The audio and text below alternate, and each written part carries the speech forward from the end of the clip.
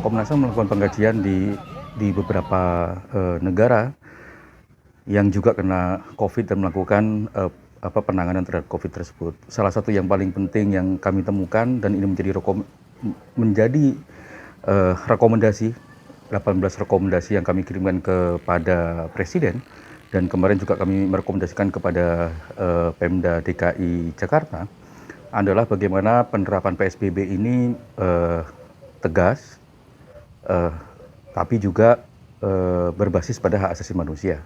Salah satu yang paling penting adalah penerapan soal sanksi.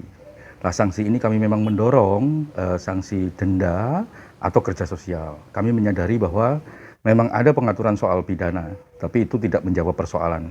Ini di beberapa contoh di beberapa negara itu sanksi pidana, apalagi pemenjaraan itu tidak menyelesaikan masalah. Yang ada adalah menambah masalah.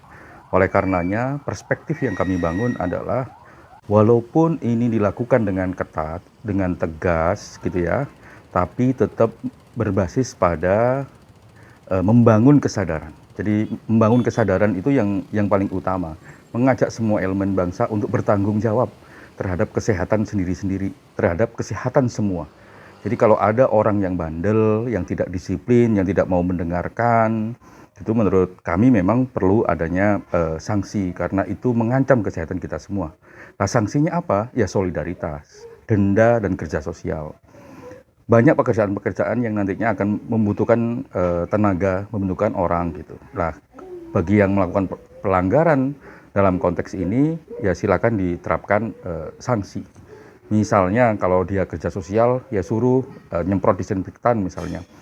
Atau ya ikut membantu misalkan menyalurkan bantuan sosial secara langsung.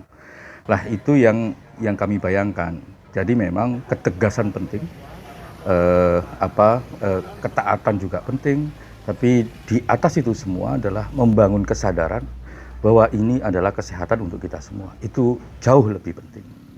Semoga apa yang kita lakukan dengan solidaritas, dengan tertib, tetap berada di rumah dan sebagainya itu akan mempercepat proses kita. Karena COVID ini di banyak negara juga gagal karena memang tidak adanya disiplin, tidak hanya ketertiban oleh masyarakatnya. Nah, ayo kita bahu-membahu untuk melawan COVID dengan cara yang paling sederhana adalah tidak keluar rumah. Kalau toh harus keluar rumah, gunakan alat-alat yang melindungi diri kita. Karena itu tidak hanya melindungi diri kita, tapi juga melindungi sesama manusia. Kalau kita tidak pakai masker, kita tidak pakai alat-alat yang bisa melindungi diri, itu juga mengancam diri orang lain. Oleh karenanya, ayo kita bangun kesadaran ini. COVID ini adalah musuh kita bersama, dan kesehatan adalah kebutuhan kita bersama.